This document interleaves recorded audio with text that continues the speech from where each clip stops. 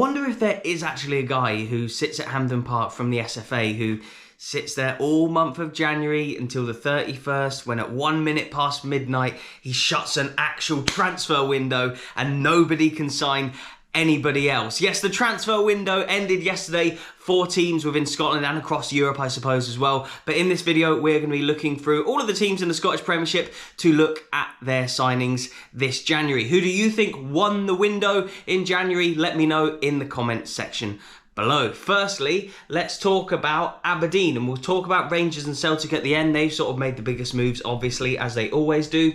Aberdeen, they've actually brought quite a lot of players in. There's a few loans that ended, and so players were returning back to Aberdeen. But Graham Shinney came in on loan from Wigan. There was a lot of talk about him. That was sort of earlier in the transfer window. Angus MacDonald came in from Swindon. And maybe sort of the kind of biggest signing you could say for them was Patrick Myslovic from MSK Žilina.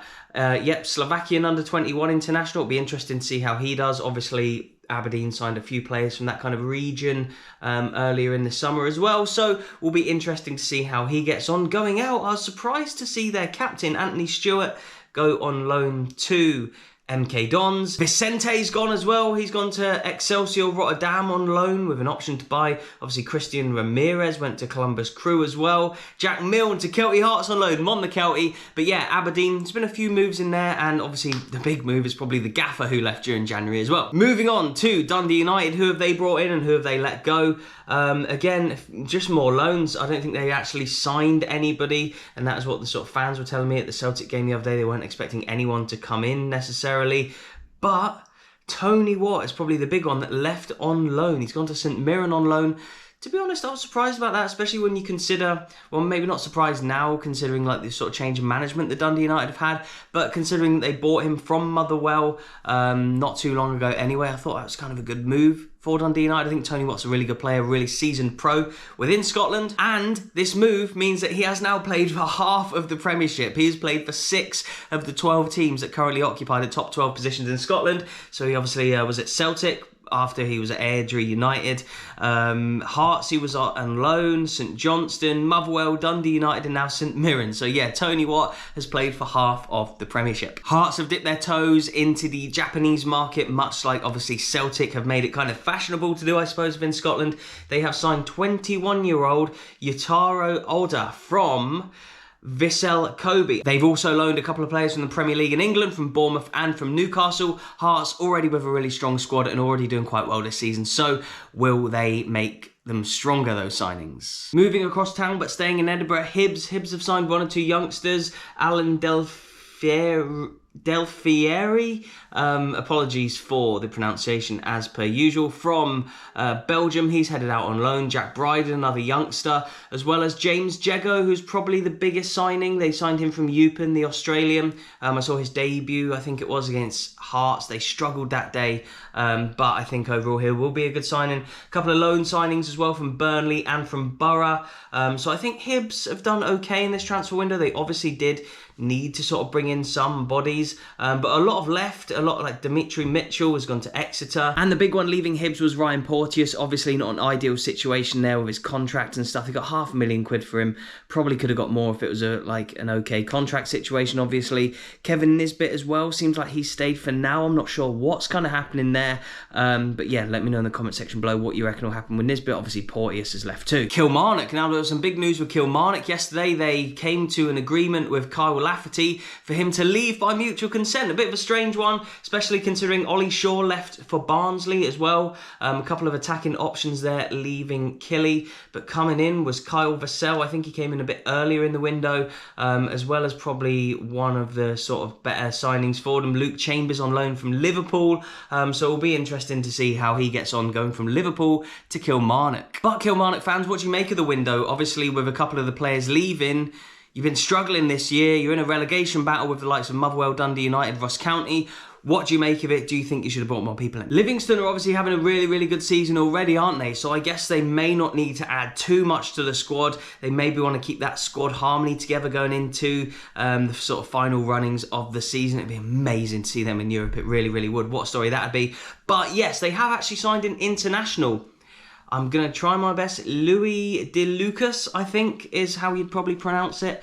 He does hold Spanish citizenship. However, he was born in the Dominican Republic and has 8 caps for the Caribbean side. He's played for a number of clubs in many different countries, but Livy signed him from Haka in Finland, the centre-back. They also signed 20-year-old winger Stephen Bradley from Hibs, who's also had a few loans at sort of clubs in the lower leagues and over in Ireland as well. So, yeah, Livy, I feel like a good window. Whereas, like, Kilmarnock are in a relegation scrap, who maybe let more talent go than they brought in. Motherwell, on the other hand, have brought in some really, really good players, in my opinion.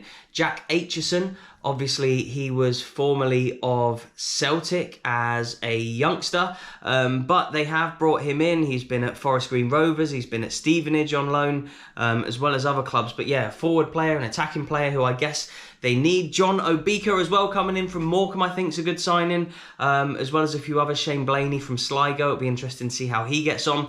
Yeah, they've released a few players and a few have gone out on loan too, but I feel like Motherwell, they've brought in quite a few, they've let go quite a few. It's going to be quite a few new names to bed in there, but maybe it'll give them a bounce, enough for them to stay up this season. One of the signings I was most intrigued to see yesterday during deadline day was Simon Murray, who's left Queen's Park to go to Ross County.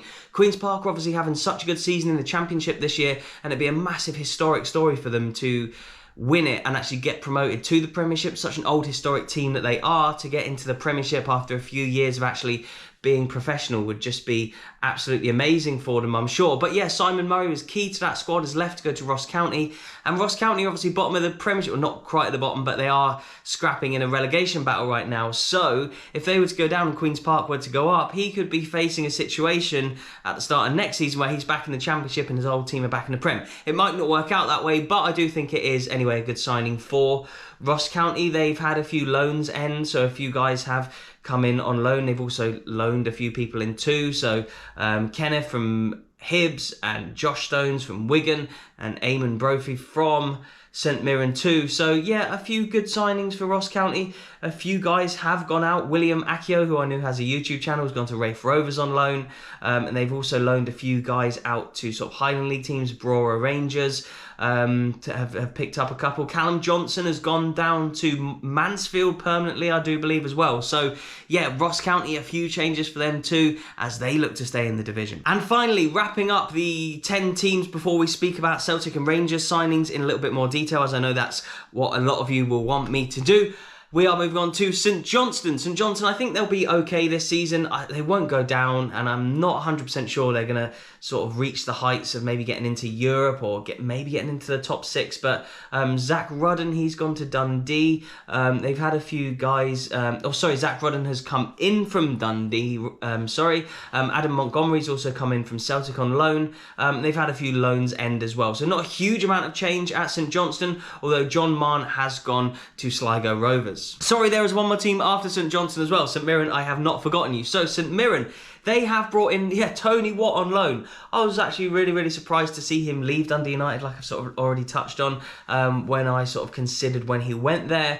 But looking at it now, I understand why he has gone.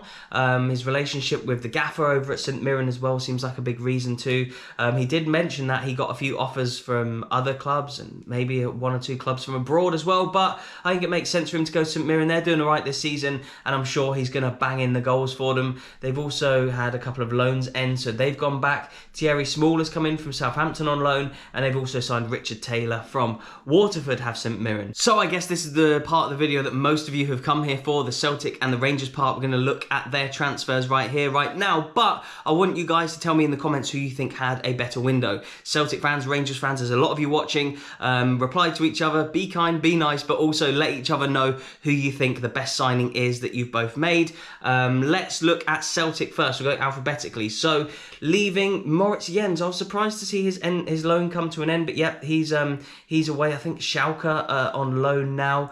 They've loaned out Johnny Kenny to Shamrock Rovers. He was on loan at Queen's Park, I do think, before that anyway.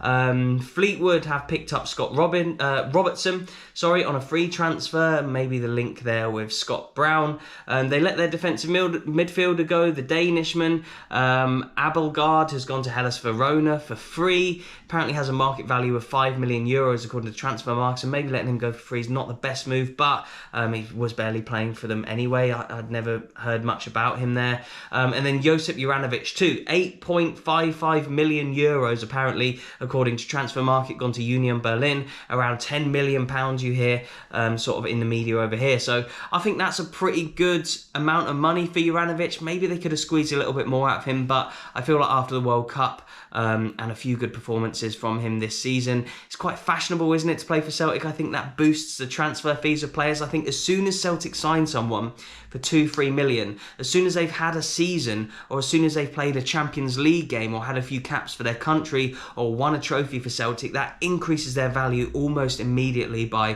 4, 5, 10 or tenfold in some occasions, I do suppose. So yeah, a good sale for Juranovic.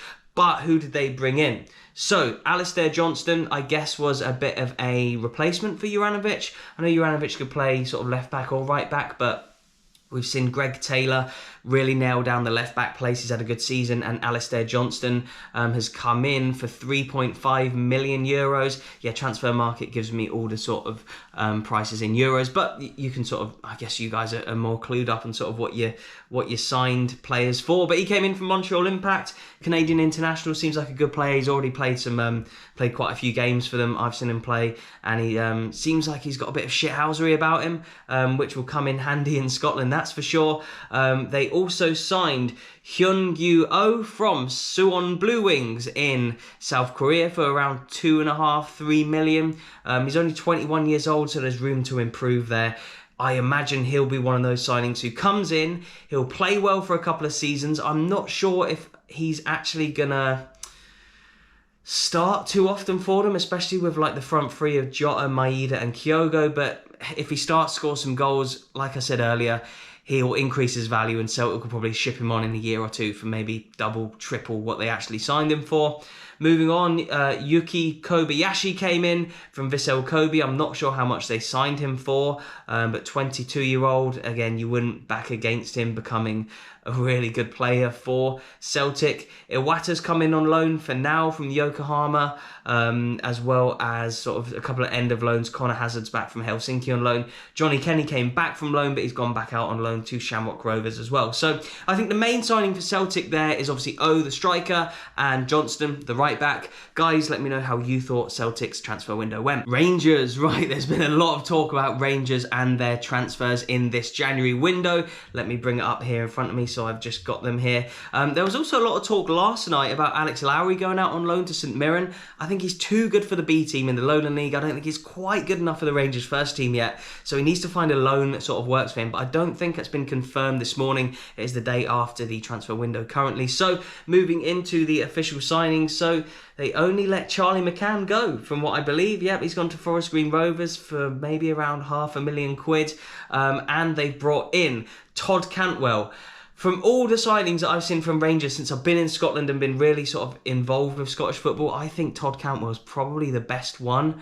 I'm trying to think, they didn't really strengthen after the league-winning season. They've obviously signed a few players on loan in this time that I've been here. Your Ramseys, your Diallos that everyone got excited about. But I think in terms of like an actual full-on signing, I think Cantwell could be the best. And maybe the second best, or maybe it will turn out that he is the best, is Raskin as well. Raskin, I've seen some of his obviously highlights and stuff since he signed for Rangers. Apparently got him for like 1 or 2 million, and his market value on transfer market is 7 million. So 21 years old, Belgium youth international as well. I think he could turn out to be a really good signing for them. There was a lot of talk yesterday. I was sat with Grant, a Rangers fan, at the Open Goal Broomhill v Rangers B game, and there was talk between him and a few other Rangers fans at that game that there may be a centre-back coming in that day. There might be a third signing coming in January. But Rangers fans, I guess you'd be pretty happy with January. You've added 2 quality players who won't just improve the team now, but should improve you going forward. That must be what Beale's aiming to do. I think if you look at the strength in depth between yourselves and with Celtic, you'd have to still say that Celtic have the huge strength in depth even though you're still trying to claw back at Celtic after all these years of sort of being out of the divisions, I would still say that this window Celtic have still added more than what you had. They signed more players. Yeah, one or two have maybe left as well, but I do think that still they've got that strength in depth. It may take you one or two more windows to catch up, to have that strength in depth and be really able to sort of challenge in that way as well. But I think in terms of adding to the first team, Cantwell and Raskin are two amazing signings. Yes, guys, do let me know what you thought of the window. Maybe you support a team that aren't in the Scottish Premiership. Maybe they're in the Championship, League One or League Two. Let me know how you think they've got on with their signings too. And if you support a club in the Premiership that isn't Rangers or Celtic, let me know in the comments. I'm sure there's going to be loads of back and forth for Celtic and Rangers fans in there. I think Raskin and Cantwell are two amazing signings for Rangers. And I think Johnstone for Celtic specifically is going to do really, really well as well. So, yeah, let me know what you think in the comments section below. Thank you so much for watching. Please do remember to hit that like button and subscribe if you're new. Thank you very much, and goodbye.